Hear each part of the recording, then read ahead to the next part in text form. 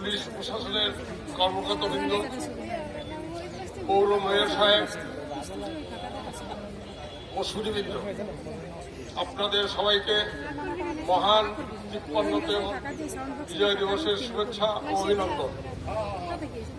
আজ সশ্রদ্ধ চিত্তে স্মরণ করি মহাকালের মহানায়ক বঙ্গবন্ধু শেখ মুজিবকে, 15ই আগস্টের শহীদদেরকে, 4 জাতীয় নেতাকে, মুক্তিযুদ্ধের 30 লক্ষ শহীদ ও 2 লক্ষ সম্ভ্রমহারা মা বোনকে।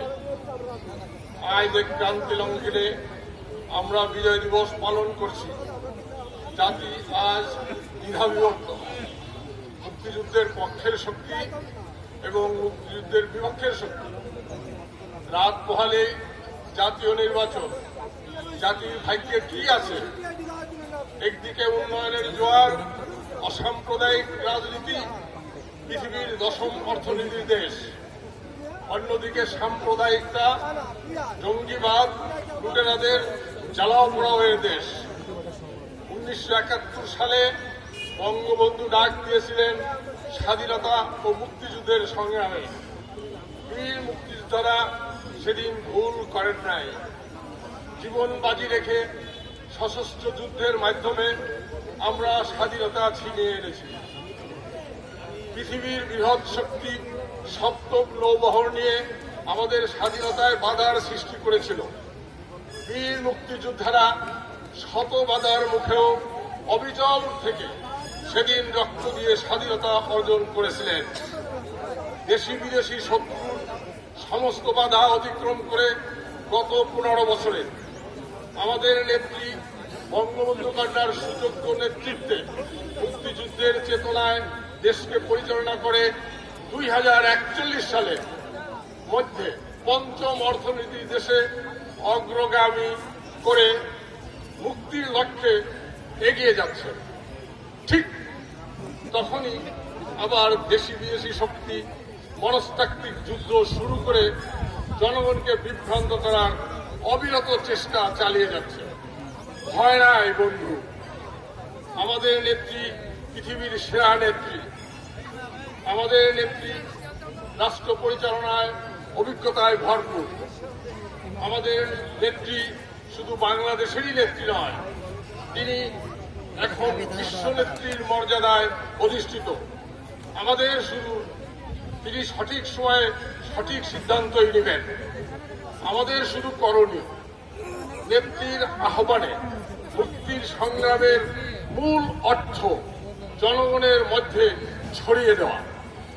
সংবিধান স্বীকৃত ও সুপ্রিম কোর্টের রায় অনুযায়ী বঙ্গবন্ধু শেখ মুজিবুর রহমান অবিসংবাদিত নেতা, আমাদের জাতির পিতা।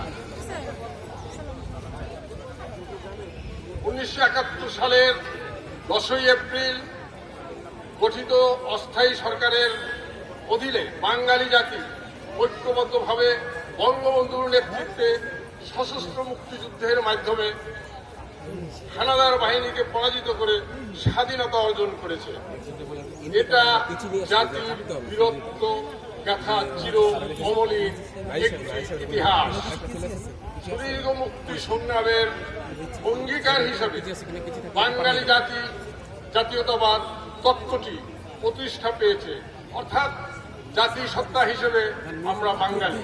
তবে একজন নাগরিক হিসেবে আমরা অবশ্যই বাংলাদেশের নাগরিক। ঐতিহাসিক সূত্রে জয় বাংলা আমাদের জাতীয় স্লোগান। মুক্তিযুদ্ধের চেতনায় উদ্বুদ্ধ হয়ে উল্লিখিত বিষয়গুলি যারা বিশ্বাস করবে ও মেনে চলবে, তারাই দেশপ্রেমী এবং দেশের মুক্তি দ্রুত অগ্রসরমান হবে এবং তারাই এদেশে রাজনীতি করবে।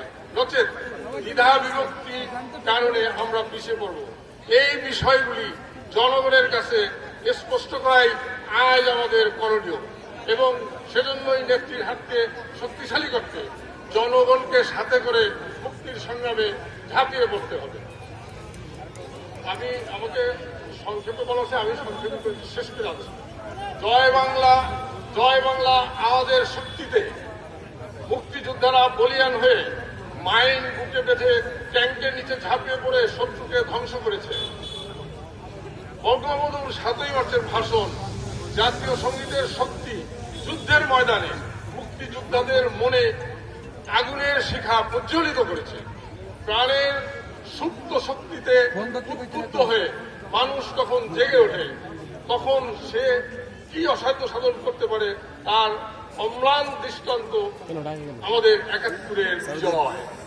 তাই মুক্তিযোদ্ধাদেরকে জাতির শ্রেষ্ঠ সন্তান বলা হয়। কিন্তু শ্রেষ্ঠ সন্তান আজ কিভাবে সম্মানিত হচ্ছে, জীবনযাপন করছে, সেদিকেও লক্ষ্য রাখা জাতির দায়িত্ব ও কর্তব্য। মুক্তিযোদ্ধাদের দাবি নেত্রীর নিকট। একজন প্রথম শ্রেণীর সরকারি কর্মকর্তা পেনশনে গেলে যে সুবিধা ভোগ করে, সেই সমস্ত সুবিধা সর্বশ্রেষ্ঠ সন্তান হিসেবে মুক্তিযোদ্ধাদেরকে দিতে হবে। মুক্তিযোদ্ধাদেরকে সমস্ত সরকারি যানবাহন, সড়ক, নৌপথ, সমস্ত সরকারি হাসপাতালে বিদ্যুৎ charge, land charge, municipal holding tax, পানির চার্জ, ট্রেন ও বিমান ভাড়া, সরকারি হোটেল ও হোটেলে থাকা মুক্তিযোদ্ধাদের কার্ড দেখামাত্র ফ্রি করে দিতে হবে। দেশ ও জাতি শ্রেষ্ঠ সন্তানদের, যে দেশ ও জাতি শ্রেষ্ঠ সন্তানদের সম্মান করে, সে জাতি সবসময় সম্মানিত হয় এবং সামনের দিকে এগিয়ে যায়। মুক্তিযোদ্ধাদের এগুলা প্রাপ্য। আপনাদেরকে সবাইকে ধন্যবাদ। জয় বাংলা, জয় বঙ্গবন্ধু।